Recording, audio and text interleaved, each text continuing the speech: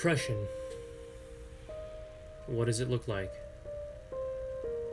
Why do people struggle with it? Well, here's the reality of depression. Everyone struggles with it for a time. Some have a lifelong battle that never ends, but instead ends their lives. Depression is as though the world stops making sense.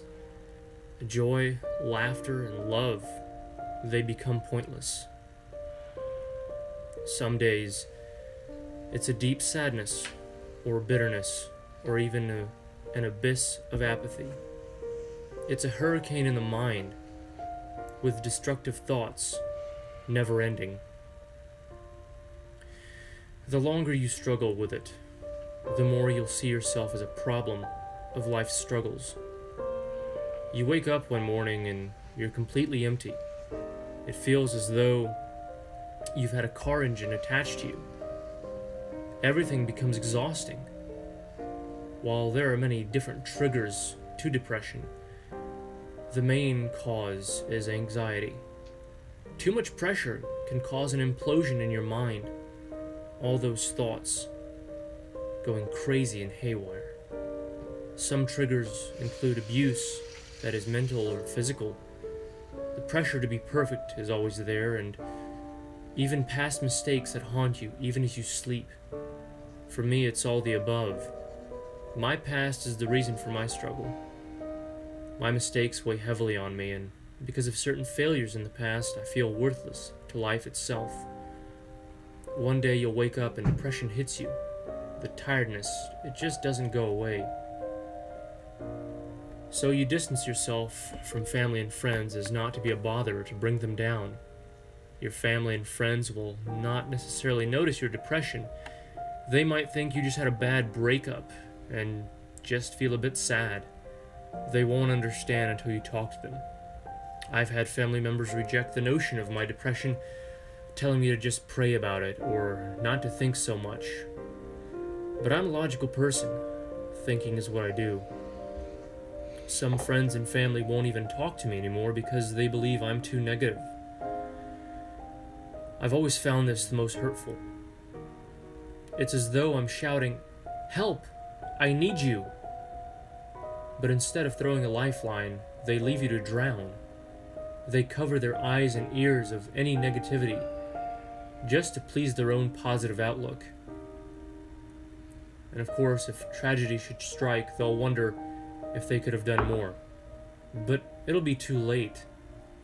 I'll say this to those of you who see friends or family struggling with depression. Just talk to them. Don't try to give them solutions or tell them just to be positive. Just listen to their pain and love them. Hug them. Be there when they need you. And you will be a healer in a form of a savior to them. Depression is a tornado of thoughts in the mind. It never really ends. When you find yourself alone, you end up sitting and thinking, and thinking, and thinking, and thinking. It doesn't stop.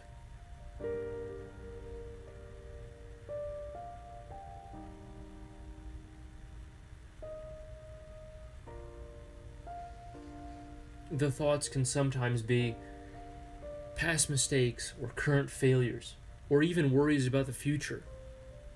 You think, how am I supposed to handle what's going on? What if this happens from the past? What if this comes up? What if I lose everything that I've worked so hard to gain?